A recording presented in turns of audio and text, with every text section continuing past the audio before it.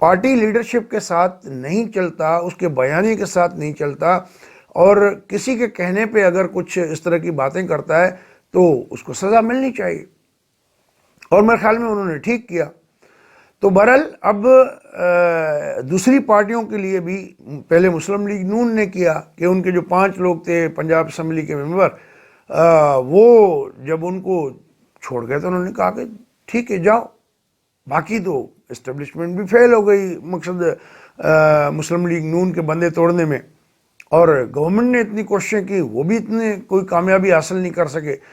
تو یہ جو پریسیڈنس سیٹ کی ہے مسلم لیگ نون نے اور جے یو آئی نے، اس کو فالو کرنا چاہیے، اور لوٹوں کو واپس جو ہے اپنی جماعت، کوئی بھی جس کو بھی کوئی چھوڑ جائے وہ نہیں لینا چاہیے۔ تو بہرحال مولانا فضل الرحمان صاحب جو ہے وہ ابھی تک راضی اس بات پہ نہیں ہوئے کہ ان کو لاڑکانہ کے پی ڈی ایم کے جلسے میں جانا چاہیے یا نہیں۔ انہوں نے ایک 5 رکنی وفد بنایا ہے جو کہ ریپرزینٹ کرے گا، اور 2 جنوری کو لاہور میں پی ڈی ایم کا سربراہی اجلاس طلب کیا گیا ہے، جس میں ان سارے معاملات کے اوپر بحث مباحثہ ہوگا۔ تو خیر، جب ڈی جی رینجر سندھ کا تبادلہ ہوا تو میجر جنرل جو ہے افتخار حسین چودھری صاحب وہ آئے ہیں، انہوں نے چارج بھی سنبھال لیا ہے۔ تو اس کے بعد پیپلز پارٹی جو ہے وہ ظاہر ہے کہ اب ایسے لگتا ہے کہ اسٹیبلشمنٹ کے ساتھ ان کے معاملات کچھ طے ہوئے ہیں، اور اب وہ ایسا کوئی کام نہیں کرنا چاہتی کہ جس سے جو ہے وہ معاملات خراب ہوں۔ تو لیکن یہ بھی حقیقت ہے کہ پی ڈی ایم میں شامل تمام جماعتیں، انہوں نے جو بیانیہ دیا تھا، اب اگر کوئی اس سے پیچھے ہٹے گا تو عوام میں خوار ضرور ہوگا۔ جہاں تک پیپلز پارٹی کے اس آرگیومنٹ کا تعلق ہے کہ سینٹ کا الیکشن جو ہے وہ لڑنا چاہیے اور اس میں پی ٹی آئی کو ایک کھلا میدان نہیں دینا چاہیے، یہ تو ایک پولیٹیکل بات ہے، ایٹ لیسٹ میں یہ سمجھتا ہوں کہ یہ ان کی بات ٹھیک ہے۔ لیکن اس کی آڑ میں اگر پیپلز پارٹی نے کوئی اور کھیل کھیلا تو پیپلز پارٹی تو پہلے ہی محدود ہو گئی ہے، لیکن اب اور بھی سکڑ جائے گی اگر انہوں نے اس پی ڈی ایم کے بیانیے سے کسی بھی آڑ میں پیچھے ہٹنے کی کوشش کی۔ تو بہرحال پیپلز پارٹی والے بھی سمجھدار لوگ ہیں، انہوں نے بڑی تحریکیں بھی چلائی ہیں، ان کو پتہ ہے، تو وہ اس کو بخوبی جانتے بھی ہیں۔ رہی بات ایم کیو ایم کی، کہ ایم کیو ایم نے کہا ہے، حکومت کو الٹیمیٹم دیا ہے کہ انہوں نے 2017 کا جو رزلٹ ہے وہ اپروو کر دیا کیبنٹ سے، حالانکہ یہ کیبنٹ کا کام نہیں ہے، یہ کام ہے سی سی آئی کا، کاؤنسل آف کامن انٹرسٹ، جو چاروں صوبوں کے مفادات کے ضامن ایک آئینی ادارہ ہے۔ اور یہ عمران خان صاحب جب خود کہہ رہے ہیں کہ ہمیں تو کوئی سمجھ نہیں آ رہی، تو اب ان سے کیا کہیں کہ آپ سی سی آئی میں کیوں نہیں لے کے گئے؟ کیبنٹ کا یہ مسئلہ نہیں ہے، کیبنٹ کی لیول پہ اپروول کی بات ہی نہیں ہے۔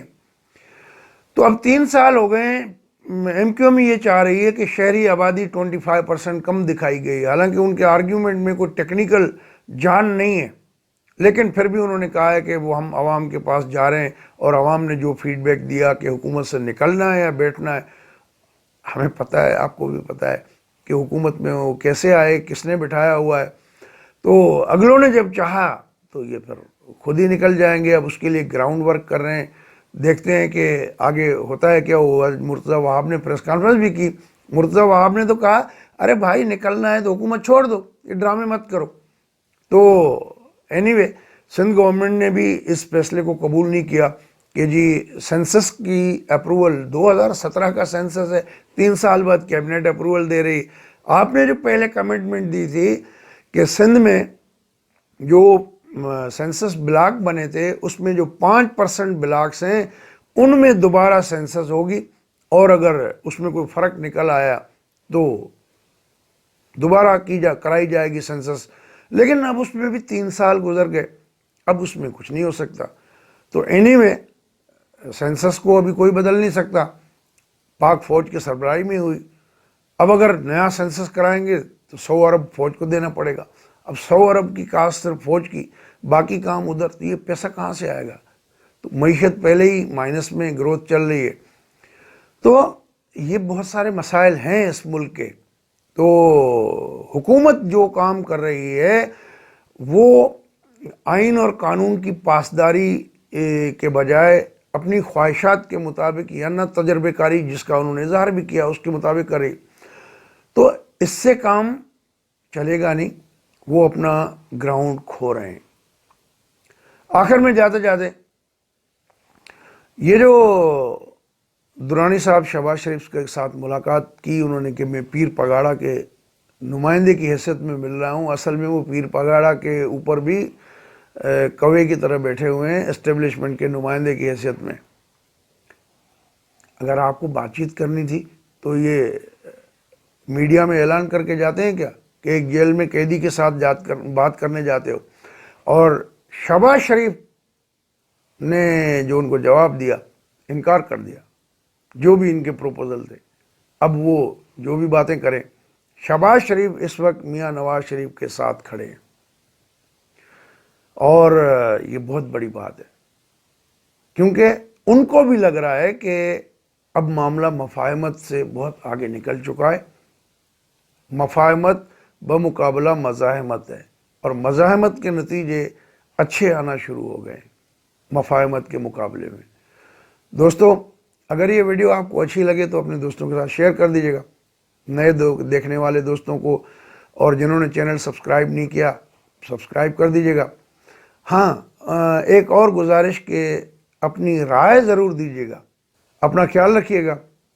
اگلی ویڈیو تک اجازت دیں. اللہ حافظ.